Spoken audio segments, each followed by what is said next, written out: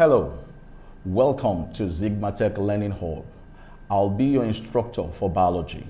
For this class, we are going to be taking our exercises from the Examguide app.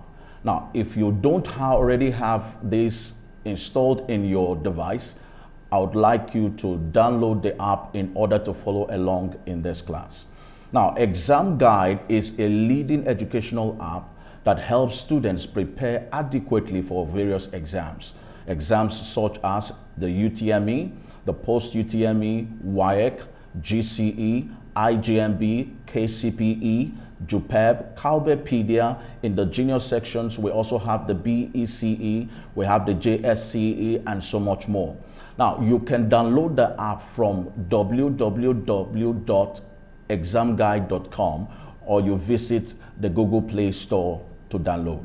Now, please subscribe to our channel and turn on the notification bell to update yourselves on new videos that will be coming up. Now, if you're ready for this class, let's get started. The topic for today is characteristics of living things. But before we go into discussing more on characteristics of living things, I would like you to take your mind back to some things you learned probably in your JS classes, and that is biology. Now, what is biology? Biology, the definition of biology is gotten from two Greek words, and these Greek words are bio and logos. Bio simply means life, logos simply means study. You put that together, you have the definition of biology. Biology is the study of living things. Biology is the study of living things. Now, living things are things that have life in them. So we can also define biology as the study of life. Biology is the study of living things, number one. Biology is the study of life, number two. Now, living things are primarily based on plants or composed of plants and animals. So we can also put a third definition for biology as the study of plants and animals. So there it is. I have given you three definitions of biology. You can define biology as the study of life. You can define biology as the study of living things. You can also define biology as the study of plants and animals. Now, remember what we said. The second one we said was biology is the study of living things. Hence our discussion today, characteristics of living things. Now, the first thing we're going to be looking at are subtopics we're going to treat under this particular topic today. We have several objectives, the things you should know as a learner in this. Now, the first thing you should take note of is at the end of this lesson, you should be able to define accurately what living things are and also what non-living things are. To define living things and non-living things. Number two is that you should be able to mention the characteristics of living things. We're going to be looking at a lot of them. You should be able to mention the characteristics of living things. The third objective is that you should be able to define, to state the purpose, and to tell the differences between plants and animals based on each of the characteristics of living things we're going to look at. I repeat from the beginning, by the end of this lesson, you are expected to note the definition of living things. You should be able to tell the definition of living things and also non-living things. Number two, you should be able to mention the characteristics of living things. And number three, you should be able to define these characteristics, state the purpose of each of these characteristics, and tell the differences between plants and animals based on each of these characteristics of living things. Now, if you are set, let's start. First of all, definition of living things and non-living things. Now, what are living things? Remember when we started, we defined biology as the study of living things. So what are these living things? What can we tell or say living things are? Now, living things, as we can see on the screen, they are things that have life in them. They are things that have life in them. Now, what are the symptoms, or what are the things or indicators that tells you a thing has life in it? One of it is there are certain characteristics that these things have. So in other words, we can define living things as things that have life in them and they show certain characteristics. Now, examples of living things, we have all plants. We have all animals. I believe you know examples of some plants. We have the mango plant, we have the orange plant, we have the palm trees, we have the grasses, and so many others. These are examples of plants. We have animals, different types of animals. We have the rats, we have the cockroach, we have the lions. Even you as a human being, you are also classified as an animal. Now, the second definition is non-living things. Non-living things. Now, non-living things are simply the opposite of what living things are. As the name implies, none. The non-living things, hence, can be defined as things that do not have life in them. They do not have life in them. And the evidence to show that they do not have life in them is simply that they do not show certain characteristics. So this implies that there are specific characteristics that must be seen in a thing, or we can call it an organism, for it to be described as a living thing, or for it to be described as having life in it. Examples, we have water. Water doesn't have life in it. We have stones. We have chairs. We have your furnitures at home. They don't have life in them. And we're going to see some of these characteristics that we're actually talking about. Remember, we said that they show, or in terms of living things, you can see it highlighted there. They show certain characteristics. Then you see the non-living things, they do not show certain characteristics. So those highlightings are keywords you should take note of. When defining living things, please ensure that you state that they show those characteristics. And then when you're defining non-living things, you should also ensure that you include that they do not show these characteristics. Now, what are these characteristics? These characteristics in your junior secondary school, you learned it or you knew it as Mr. Ninja. Mr. Ninja. Now, in our senior secondary level, we added, or it is added, CARD. As you can see, based on the acronym we have there, it is called Mr. Ninja CARD. Mr. Ninja CARD. Now we're going to look at each of these letters and what they mean. Now, M stands for movement. M stands for movement. R stands for respiration. I repeat, M stands for movement. R stands for respiration. That's the Mr. Now, the next one is N. N stands for nutrition. N stands for nutrition. I stands for irritability. I stands for irritability. G stands for growth. G stands for growth. E stands for excretion.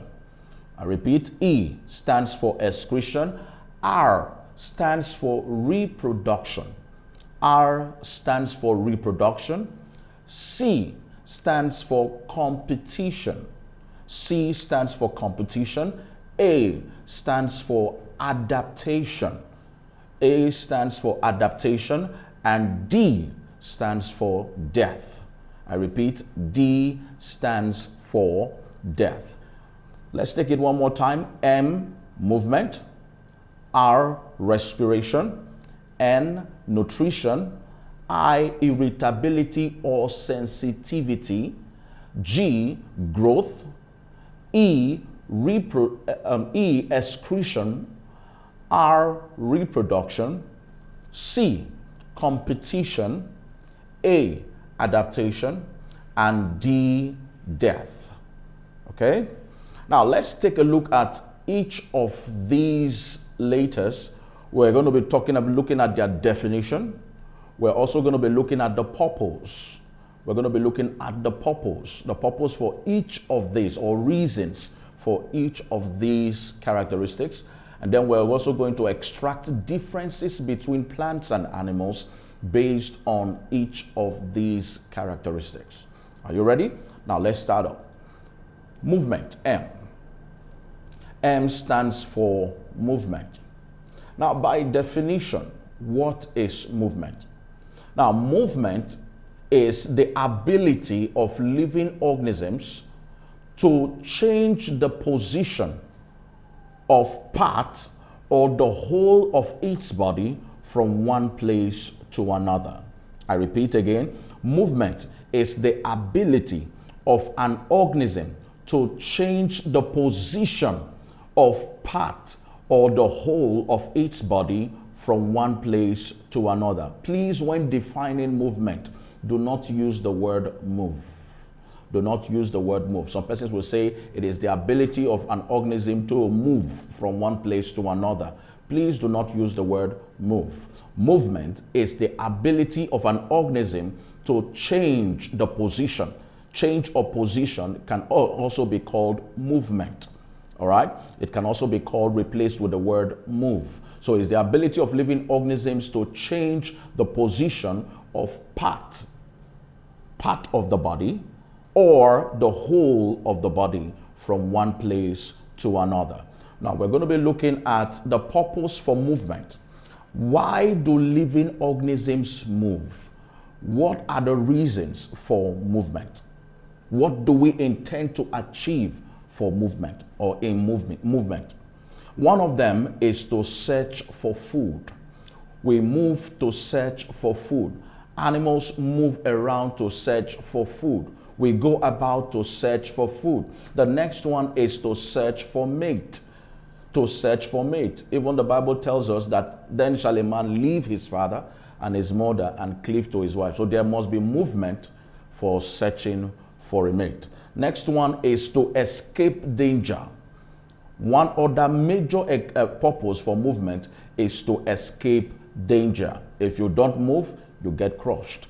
If you don't move, you get crushed. Now, let's look at differences between plants and animals based on movement. One of the things you should take note, these particular differences between plants and animals is very key. Is very key as it relates to the WEAC syllabus. Is very, very key. Note the differences between plants and animals based on the characteristics of living things. We're looking at movement. As we have there, plants can only move part of their bodies. Plants can only move part of their bodies. You can't see a plant pull the roots, pull out from where it is and start moving from one place to another. You can only see that in cartoons, not in real life. Plants can only move parts of their body. You can see a plant bending towards light if it is kept in a dark cupboard with a little opening at the top. It will bend towards the light. Or you see the leaves, the branches bending towards the light. But plants can only move parts of their bodies. You can also see the roots moving, stretching out to absorb or get in touch with water and nutrients right in the soil. So the roots starts growing downwards, deeper into the soil as to obtain water and then minerals for manufacturing of their food and every other activities it needs it for, but not the whole body of the plant. Now, the next difference is that animals can move part and also the whole of their body. We are examples of animals. I can move part of my hands and I can also move the whole of my body from where I am standing to another place. Animals can move the part of their body or the whole of their body from one place to another. Now, the process or the ability, or you can call it a process, by which living organisms move the whole of their body, in quotes, from one place to another is what we call locomotion. We call that locomotion. So in other words, I can say plants cannot locomote, while animals can locomote. That's a difference. Plants cannot locomote, animals can locomote. So, in other words, we can also say plants can only move part of their bodies, while animals can move the whole of their bodies from one place to another. I believe you get that. Now, the next one, the next letter is R. R. R stands for respiration. I've had so many persons give definitions of respiration, and it really worries me a bit. Some persons tell you respiration is breathing in and out. Now, that is not the whole definition of respiration. Some also persons tell you respiration is the oxidation of food substances in order to release energy. That is not all about respiration. For me, the best definition for respiration is a process by which living organisms break down complex food substances by series of chemical reactions controlled by enzymes in order to release what? Energy. Now, why is the first two definitions not correct? Now, the first one, they said it is breathing in and out of air. Now, breathing in and out of air is what we call inhalation and exhalation. It is not all about respiration. Now, the second definition I gave is oxidation of food substances in order to release energy. Oxidation simply means a reaction that oxygen is involved in. Now, respiration, we have different types of respiration. Anaerobic respiration, through anaerobic respiration, food substances can be broken down to release energy. So energy can also be released during anaerobic respiration. And anaerobic respiration does not involve the use of energy. Sorry, does not involve the use of oxygen. So based on this, the best definition to give for respiration is that respiration is the process of breaking down complex food substances by series of chemical reactions which are controlled by enzymes in order to release energy. Now, what is the major purpose of respiration? The major purpose for respiration is to release energy, and this energy is needed to carry out life processes or metabolic activities. Life processes, metabolic activities. You need energy to breathe. In fact, you need energy to move around. We've just talked about movement. You need energy to move around. Your body needs energy to digest food. There are so many things that your body needs energy to carry out several activities in life processes. Next is differences between plants and animals based on respiration. Now, plants and animals, there are differences based on respiration. One of the differences is that plants do not have special organs for respiration. Plants do not have special organs for respiration. The same organ of respiration is also used for excretion. It's also used for excretion. Plants do not have special organs for respiration, while animals have special organs for respiration. In time to come in other classes, we're going to be looking at some of the organs for respiration, both in plants and in animals. But for now, please understand this. Plants do not have special organs for respiration, but animals do have special organs for respiration. The next letter is N, which is nutrition. Nutrition. Now, what is nutrition? Simple. Nutrition is the ability to obtain nutrients or to source for food. The ability to obtain nutrients or to source for food. Living organisms have that ability. Things like stones, things like water, they don't obtain food. Have you seen a stone go out to look for food? No. Stones don't obtain food. It takes a living organism to obtain food. Now, nutrition, we have two main types of nutrition. It will help us understand differences between plants and animals. Now, two main types of nutrition. We have what we call autotrophic nutrition, and we have what we call heterotrophic nutrition. I'm going to come back to that again. Now, next thing I want you to take note of, hold that thought on the types of nutrition. Let's move to the next. We have purpose for nutrition. Purpose for nutrition. We have about 4 different purposes for nutrition. There are more than 4, but please let's take these few of them. One, nutrition aids repairs of worn out tissues and cells. Remember we said that by definition, nutrition is the ability to obtain nutrients. One of the nutrients is proteins or amino acids. Now, amino acids, one of its major functions is to aid repairs of worn out tissues and cells of the body. Another purpose for nutrition is that it provides the body with energy. Provides the body with energy. Another purpose for nutrition is that it aids growth and development of the body. Aids growth and development of the body. And the next one is that it aids the formation of enzymes and hormones. It aids the formation of enzymes and hormones. Okay? Now let's move to differences between plants and animals based on nutrition alone. Based on nutrition. Now, number one, plants and animals, I told you, based on nutrition, there are two types of nutrition. We have what we call autotrophic nutrition, and then we have what we call heterotrophic nutrition. Now, plants can manufacture their own food. That is what autotrophic nutrition simply means. It simply means that plants are autotrophs. They can manufacture their own food.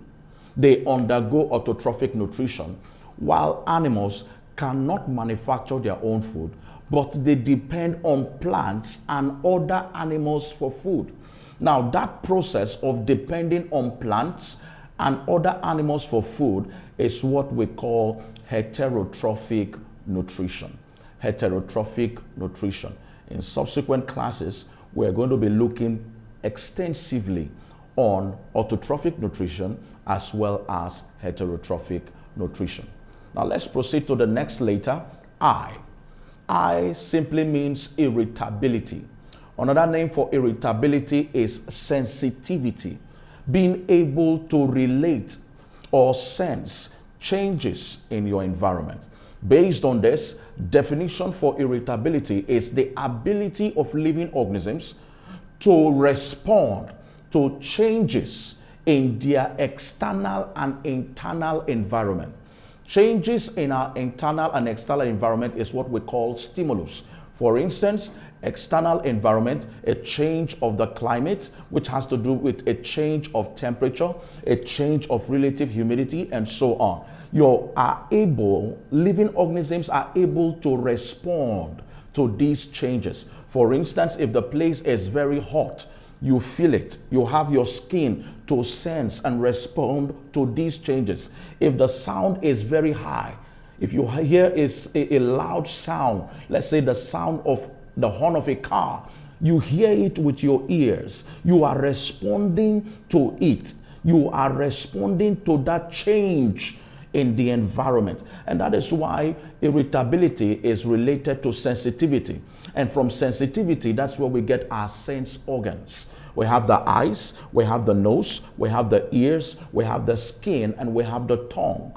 These are ways we can respond to changes in our external environment. Now, what is the purpose for irritability? One of them is to enable living organisms survive in the environment. Can you imagine yourself not responding to heat? That is, you don't feel heat. So if the house is on fire, how do you respond to it? How do you know? How do you know? So it enables living organisms to survive in their environment. Another one is for us to be able to relate with our environment, to relate with several changes in our environment. Differences between plants and animals based on irritability. Differences between plants and animals based on irritability. Now, plants' response to stimulus or change in the environment is slow. Please take note, plants' response or response to changes in the environment is slow, while animal response to change in their environment is quick or fast. Okay? Next letter is G, growth. What is growth? Growth can simply be defined as the irreversible increase in the size of an organism. Irreversible increase in the size of an organism. Remember the word irreversible. It means it cannot go back. You cannot reverse it. It is an irreversible increase in the size of an organism. What is the purpose for growth? One major purpose for growth is for the development of body parts and organs. Because as you increase in size, development also takes place. As a child moves, or as a living organism move from the infant stage to the child stage, there is development of parts, body parts. As the child moves also from the childhood to the teenage stage, there is also a change in development. And this continues up till when that person gets to become an adult. So as growth takes place, development goes alongside with it. Now, what is the major difference between plants and animals based on growth? Differences between plants and animals based on growth. Plants' growth is unlimited. It simply means plants continue to grow throughout their lives. They experience growth either in the roots, in the shoots, and so many other parts of the plants experience growth all through. But in animals, growth is limited. There is a particular age, there is a particular stage you get to, and your growth stops. So growth in plant is unlimited, while growth in animals is limited. The next one is E, excretion. Excretion. Now, excretion is simply the process by which living organisms remove waste product of metabolism from the body. Your body is always working. Your body is always working. And because it is always working, there will be waste. There will be waste. If you go to, let's say, where you have a furniture maker and the person is working, after the whole day, there will be waste generated. The same way, your body is always carrying out activities. There are several metabolic activities going on in your body system every time. And these metabolic activities definitely will generate what? Waste. And removing of this waste is the process called excretion. All living things excrete waste. All living things excrete waste. Time will fail me to start telling you the organs of excretion in some of the living organisms, mostly in plants as well as in animals. But in subsequent classes, we're going to be looking more on that. Now, what is the purpose for excretion? One is to remove these metabolic waste which are toxic to living organisms. If it is not removed, they become toxic or poisonous to our system. If it is not removed, they become toxic and poisonous to our body. So they must be removed. Example of a waste that must be removed is urea. Urea. If it remains in you, it becomes poisonous to your body system. Differences between plants and animals based on excretion. Plants do not have special organs for respiration, but animals do have special organs for respiration.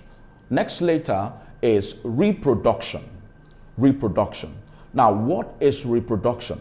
Reproduction is simply the process by which living organisms give rise to new individuals after their kind or of the same species. Giving rise to new individuals after their kind or of the same species.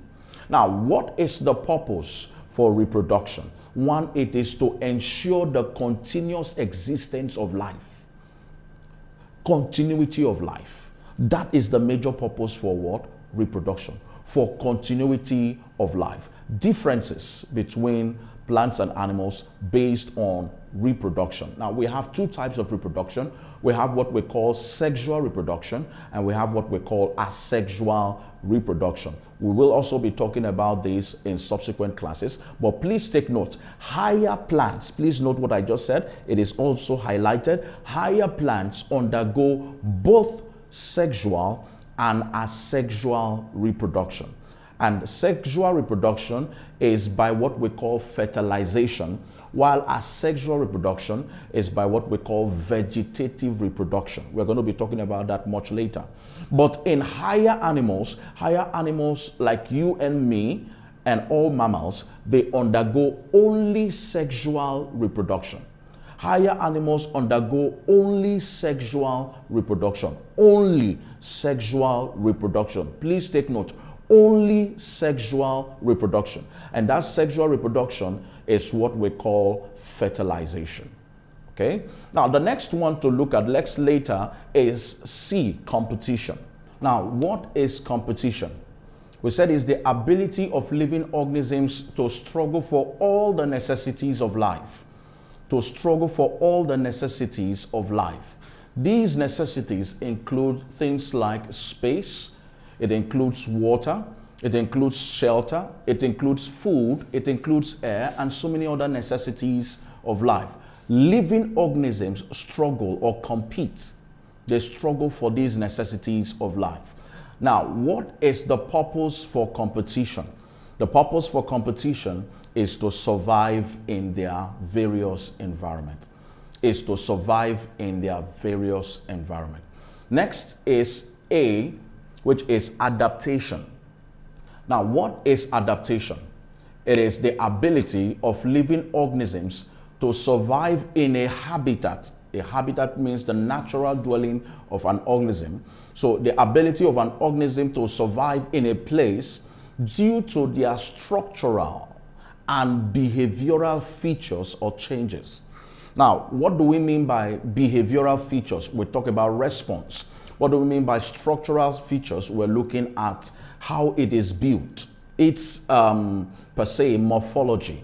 Okay, so adaptation is the ability of living organisms to survive in a place or habitat due to their structural and behavioral features or changes. What is the purpose for adaptation? It is also to survive in their various environment.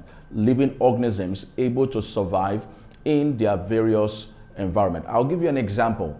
An example is seen in a fish.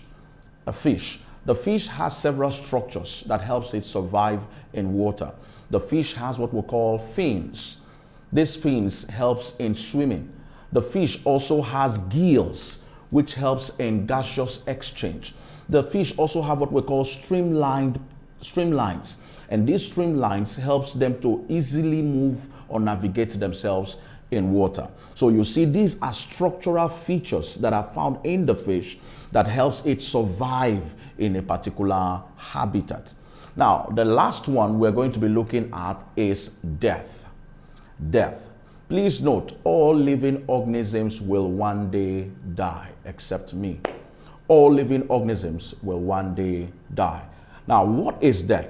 It is a condition in which an organism ceases to have life in them. So it means that when death comes, there is no life, and those characteristics you see before, they all cease to operate. There is no life, and those characteristics you see before cease to be found in that organism. Now, all organisms must pass through this process.